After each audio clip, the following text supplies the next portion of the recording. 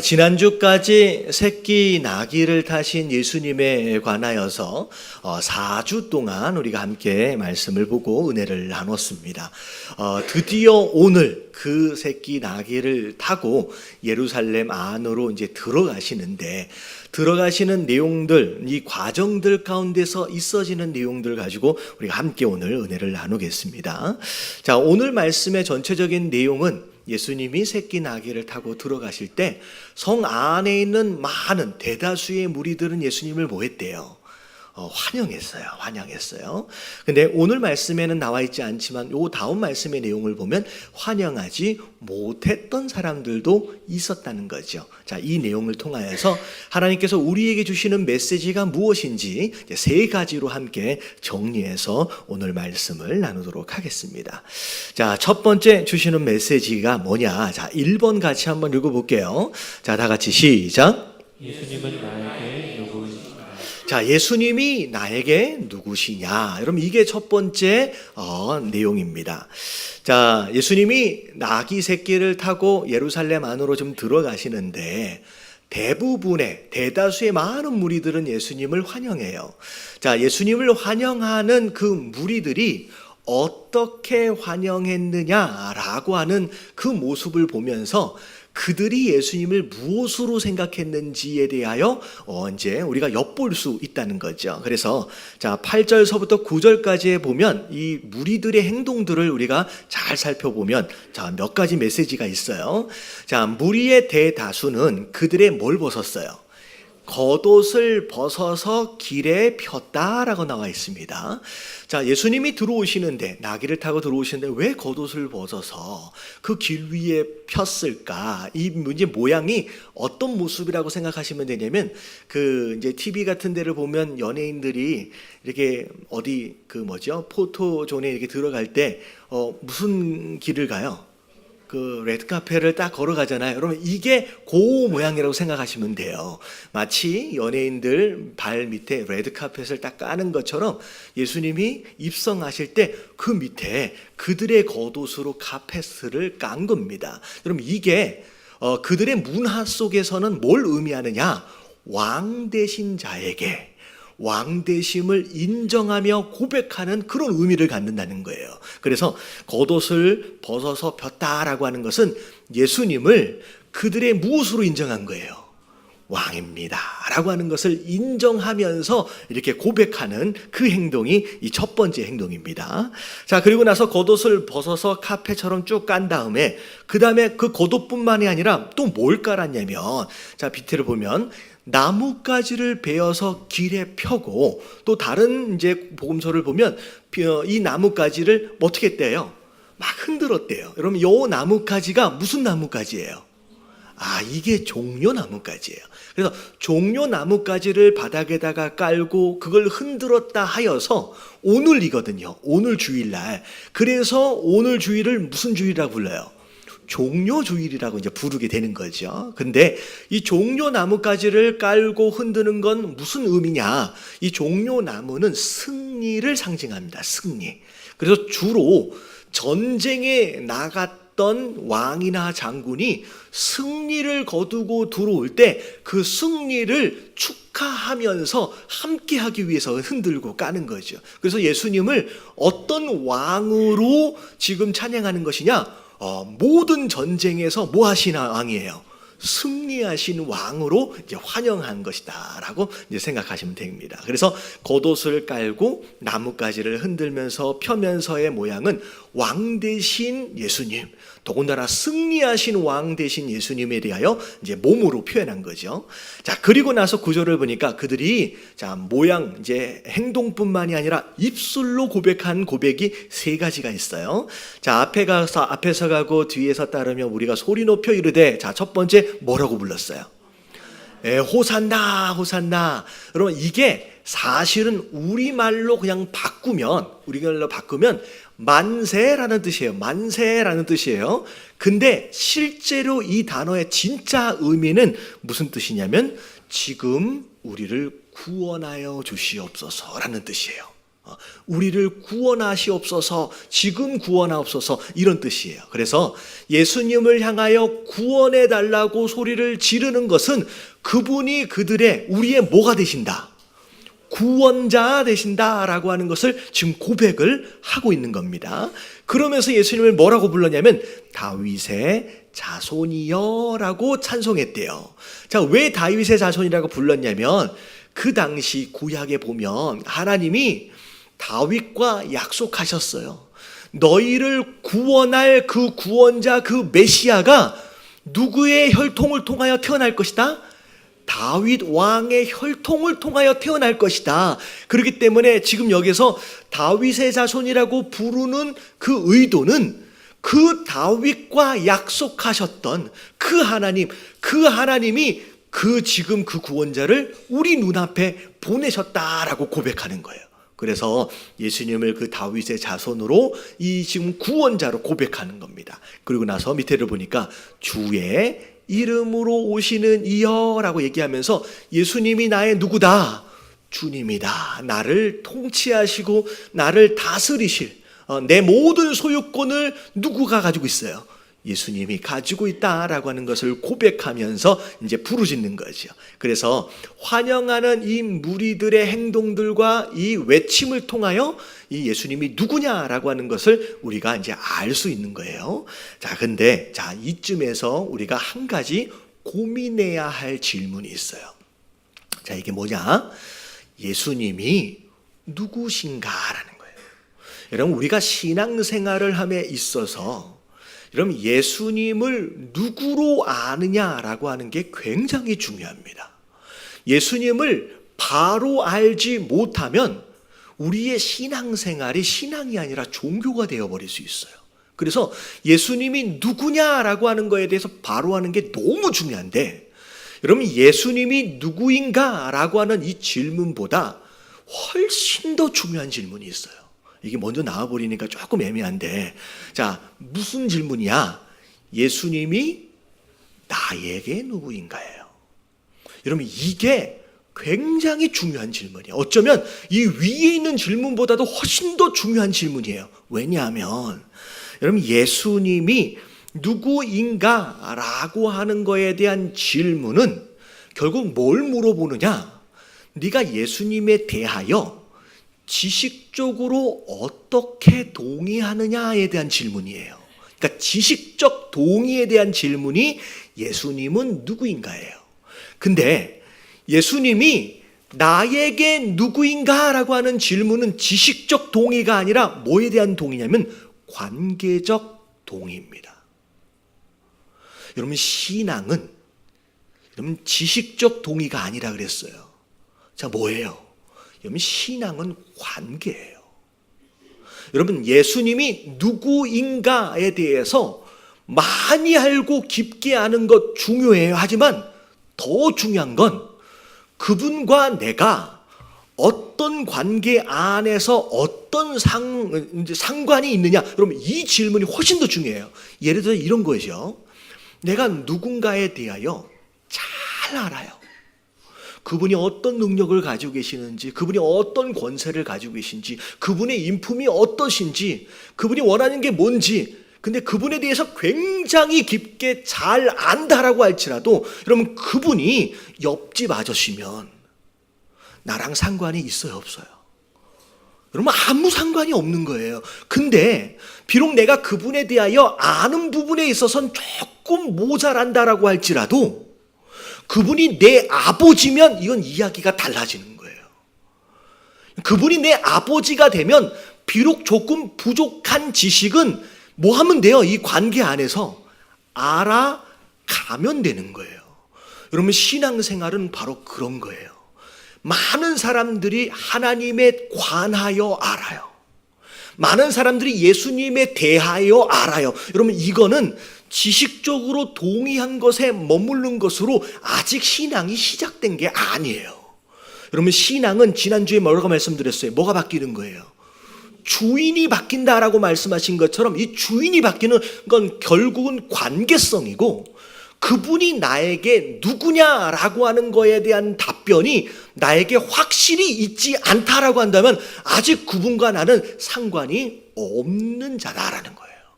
여러분, 관계 안으로 들어가시게 되길 주님의 이름으로 축원합니다. 여러분, 성경적으로 창세기서부터 요한계시록까지 수백 번을 읽어서 아무리 꿰뚫고 있다라고 할지라도 그분에 대하여만 알고 있고 그분이 나에게 누구신지에 대한 관계가 세워져 있지 않다라고 한다면 아직 신앙생활의 첫 번째 단추도 꿰인 게 아니다라는 거예요. 여러분, 관계가 신앙인 줄로 믿습니다. 여러분, 이 질문에 대답하셔야 돼요. 여러분, 오늘 말씀을 통하여 이 수많은 무리들이 예수님을 향하여 예수님은 나의 구원자이십니다, 예수님은 나의 왕이시며 나의 주인입니다 라고 고백하는 이 고백들이 여러분들이 지식적으로 알고 있는 것에 머물지 마시고 여러분들의 신앙의 고백이 되시길 주님의 이름으로 축원합니다. 그래서 여러분, 이 고백을 나한테 하실 수 있어야 돼요. 밑에 같이 한번 읽어볼게요. 예수님은 1번 시작. 예수님은 나의 구원자 되시나. 2번 시작. 예수님은 나의 왕이시며 주님 되시나. 여러분, 나의 구원자예요. 나의 왕이에요. 나의 주님이에요. 여러분, 성경 안에 아브라함이 만난 하나님이 있어요.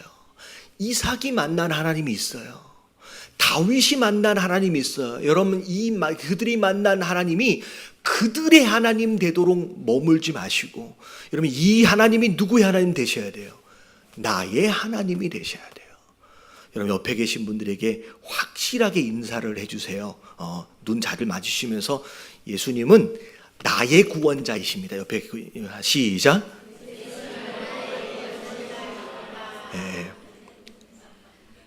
이렇게 지금 보니까 내가 인사를 하려고 이렇게 돌렸는데 이 사람이 저쪽을 봐버려. 그래서 내가 이쪽을 보니까 또 하필이면 이 사람이 이때 이쪽 보고 이쪽 봐요. 여러분, 이게 시인하는 거거든요.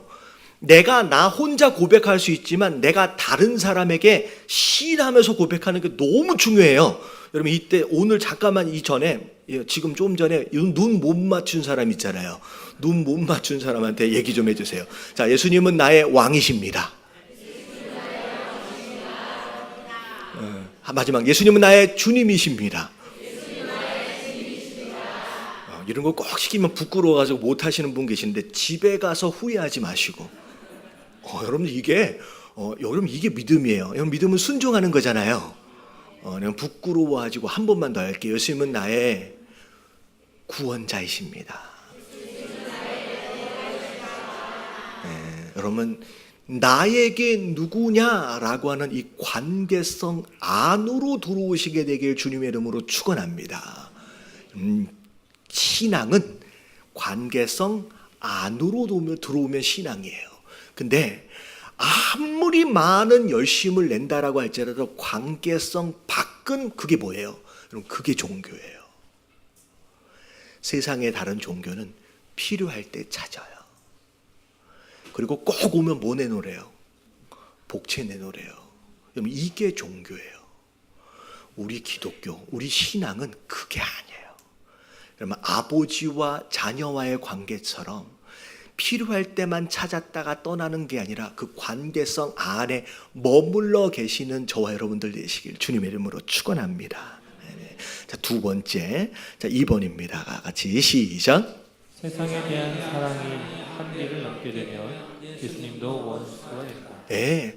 그 많은 사람들은 예수님이 들어오실 때 막 호산나 다윗의 자손이여 막 환영하고 있는데 그들 가운데 예수님의 입성을 환영하지 못하는 무리들이 있었다는 거죠. 자, 오늘 본문 말씀이 아니지만 저 뒤에 가서 보면, 자, 마태복음 21장 15절에 자, 같이 한번 읽어봅니다. 시작. 대제사장들과 서기관들이 예수께서 하시는 이상한 일과 또 성전에서 소리질러 호산나 다윗의 자손이여 하는 어린이들을 보고 대제사장들과 서기관들, 그 당시 종교의 지도자들입니다. 이들만큼은 환영할 수 없었습니다. 오히려 환영하고 있는, 호산나라고 부르고 있는 아이들을 향하여 막 화를 냈어요. 하지 말라고.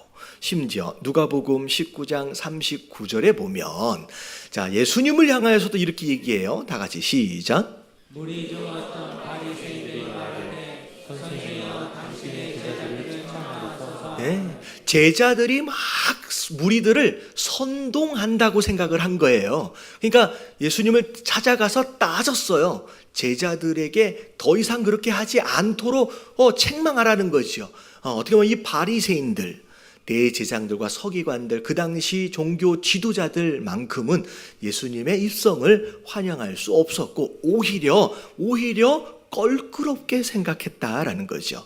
자, 왜 이들이 환영하지 못했을까? 자, 이유는 자, 이렇게 생각해 볼 수 있습니다. 한 두 가지로 좀 정리를 해 보면 자, 1번과 2번을 같이 한번 읽어 볼게요. 시작. 구원에 대하여 별로 관심이 없다. 자, 두 번째. 이미 스스로 지도자로서 누군가의 다스림을 받아들이지. 자, 무슨 내용이냐? 일단 그들은 구원받는 거, 영생에 대하여 별로 관심이 없어요. 그들의 관심은 뭐냐면, 여러분 이들은 지도자잖아요. 오늘날의 목사와 조금 다릅니다. 자, 그 당시의 종교 지도자들은 종교적인 권위뿐만이 아니라 정치적인 권위, 경제적 권위까지를 다 가지고 있었어요. 그렇기 때문에 그 당시 이들은 뭐에 해당되느냐? 모든 조건 안에서의 기득권이라고 생각하시면 돼요. 이미 그들은 나름대로의 부유함도 누리고 있고, 나름대로의 지위도 누리고 있고, 나름대로의 어떤 영향력도 지금 누리고 있는 상태예요. 아주 상위 계급층입니다. 근데 지금 왜 예수님이 달갑지 않느냐면 그동안 모든 것들이 다 자기 거였는데 예수님이 딱 등장하시는 순간서부터 한쪽서부터 다 무너져 내리기 시작하는 거예요. 그동안의 종교적 권위를 그들이 가지고 있어요. 그들이 법이었어요.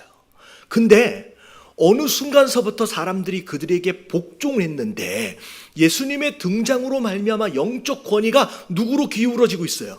예수님 쪽으로 기울어짐으로 말미암아 그들의 영향력에 위협을 받기 시작하는 거예요. 사람들에게 자기들의 어떤 영향력을 빼앗긴다고, 예수님께 빼앗긴다는 생각이 들어지는 거예요.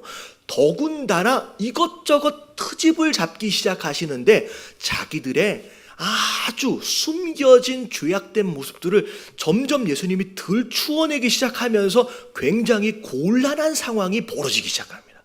더군다나 나중에는 재정적인 문제까지도 예수님이 건드리시기 시작하는 거예요. 왜냐하면 불법적으로 잘못된 방법으로 굉장히 부당 이익을 지금까지 취해 왔는데 더 이상 그렇게 할 수 없는 상황으로 예수님이 끌고 가시니까 예수님이 반가워요? 아니면 안 반가워요? 안 반가운 거예요.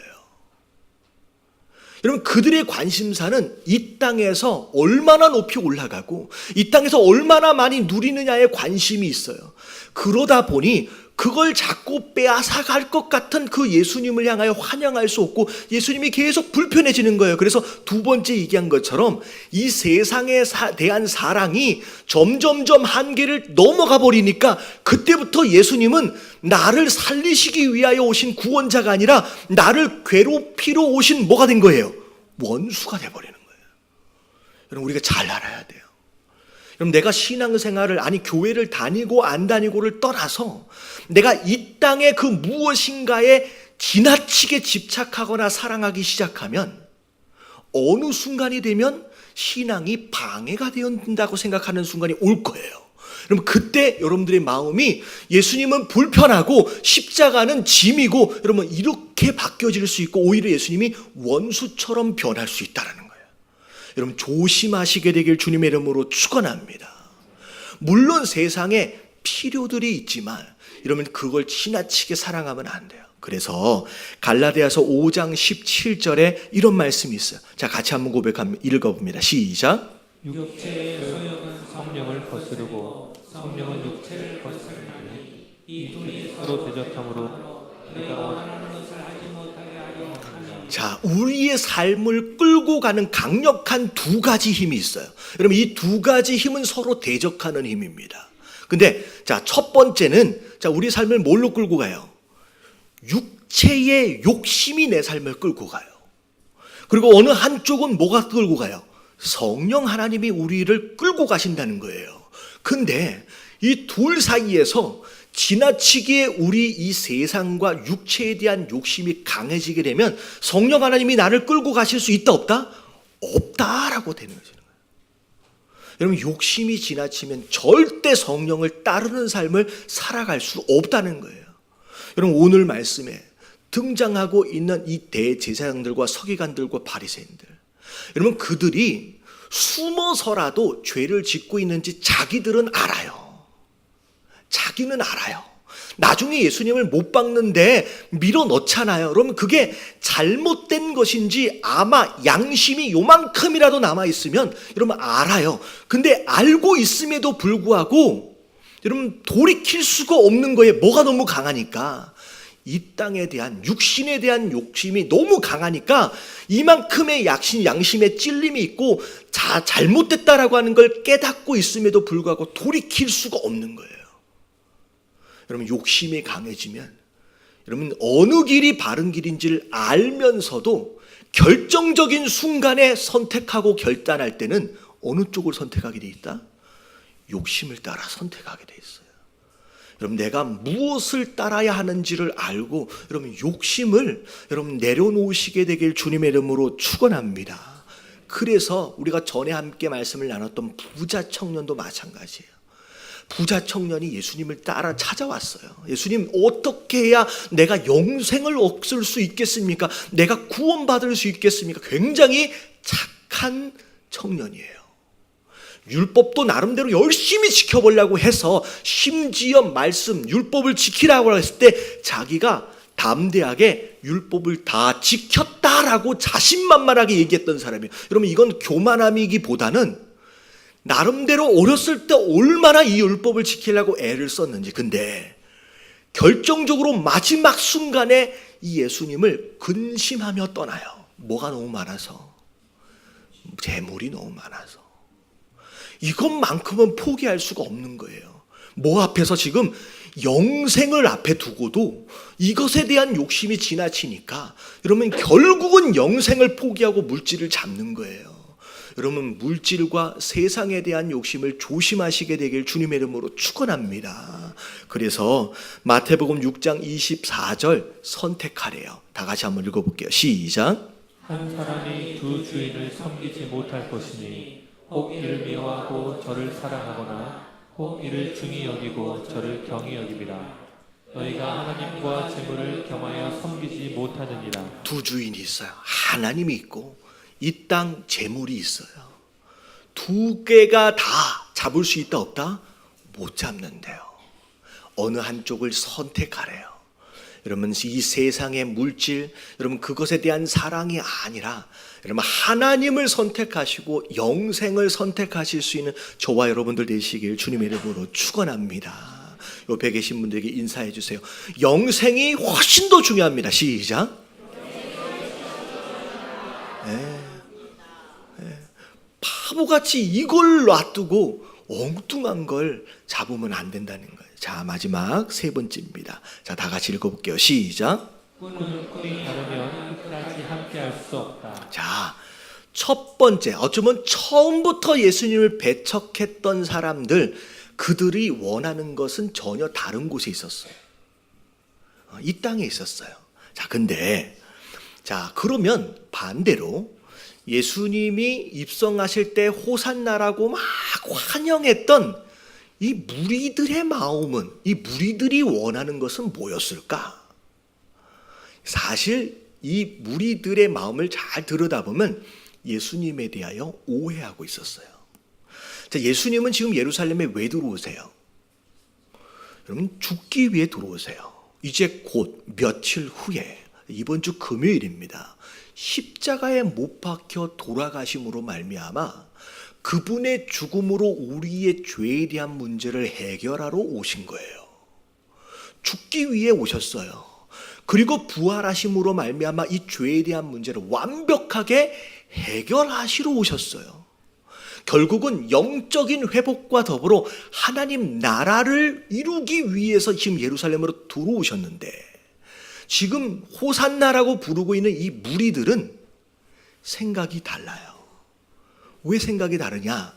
이들은 무슨 생각을 했냐면 예수님이 지금 들어오시면 비록 군사적으로 여러 가지로 약하긴 하지만 능력이 있잖아요. 어마어마한 기적과 이적들을 일으키시면서 심지어 죽은 사람도 막 살리시는 그런 역사를 막 일으키시고 다니니까. 그러니까 예수님이 지금 들어오시면 제자들과 더불어 나름대로의 소위 말하면 임시정부, 그래서 그동안 그들을 다스리고 있는 로마 정부를 정치적으로 군사적으로 밀어내고 다윗 때처럼 솔로몬의 때처럼 그 화려했던 이 땅의 이스라엘을 다시 회복할 수 있지 않겠느냐. 그래서 더 이상 다른 나라로부터 침략을 받거나 다스림을 받는 나라가 아니라 오히려 강하고 멋있는 그런 이 땅의 이스라엘을 재건할 수 있지 않겠느냐. 여러분, 이들의 생각이 그거였어요. 근데 중요한 건 뭐냐면 예수님하고는 다른 나라를 꿈꾸고 있다는 거예요. 근데 결국은 나중에 어떻게 됐느냐? 불과 4, 5일밖에 지나지 않았어요. 그들이 원했던 그들의 나라를 세우려고 오신 예수님이 아니다라고 하는 걸 깨닫는 순간 그들이 호산나라고 지금 외치고 있는 그들이 4, 5일 뒤에 뭘로 바뀌냐면 예수님을 십자가에 못 박혀 죽여라 라고 부르짖는 폭도로 변해버립니다. 내가 원하는 게 이건데, 내가 원하는 나라가 이건데 이걸 이루어주지 못할 메시아라고 한다면 필요 있다 없다? 없다가 되는 거예요. 차라리 없다라고 하면, 필요 없다라고 하면 뭐 해버려라? 죽여라 라고 하는 것으로 바뀌는 거예요. 여러분, 이게 동상이몽의 심각성이에요. 같은 자리에 있어도 꾸고 있는 꿈이 다르면 끝까지 함께 할 수 없을 뿐만 아니라 결국은 갈등하는 가운데 오히려 예수님을 뭐하는 자가 돼버려요. 여러분, 배척하고 오히려 죽이는 자가 된다는 거예요. 여러분, 교회 안에 있어요. 동상이에요. 여러분, 이몽이 아니라 여러분, 같은 꿈을 꿀 수 있는 저와 여러분들 되시길 주님의 이름으로 축원합니다. 나는 오늘 하루만 올란다. 여러분, 그런 사람 없잖아요. 여러분, 정말 주님 오시는 그날까지 여러분 신앙생활은 끝까지 해야 되는 줄로 믿습니다. 여러분, 끝까지 여기에서 살아남으시려면 꾸고 있는 뭐가 같아야 돼요? 여러분, 꾸고 있는 꿈이 같아야 돼요. 여러분, 많은 사람들이 교회 안에서 시험에 들어요. 사람에게 시험 드는 사람이 있고 여러분, 하나님께 시험 드는 사람이 있어요. 여러분, 사람에게 시험 드는 것은 우리가 다 죄인이기 때문에 여러분 어쩔 수 없어요. 누구도 죄인이에요. 나도 죄인이에요. 근데 여러분, 하나님께 시험 드는 사람의 대부분은 꾸고 있는 꿈이 달랐기 때문에 시험 들어요. 여러분, 오늘 예수님이 지금 예루살렘에 들어오실 때까지 수많은 설교를 하셨어요. 여러분, 시작하는 설교서부터 끝까지 예수님 설교의 핵심 주제가 뭐예요? 여러분, 예수님 설교의 핵심 주제가 뭐예요? 천국이에요. 하나님 나라였어요.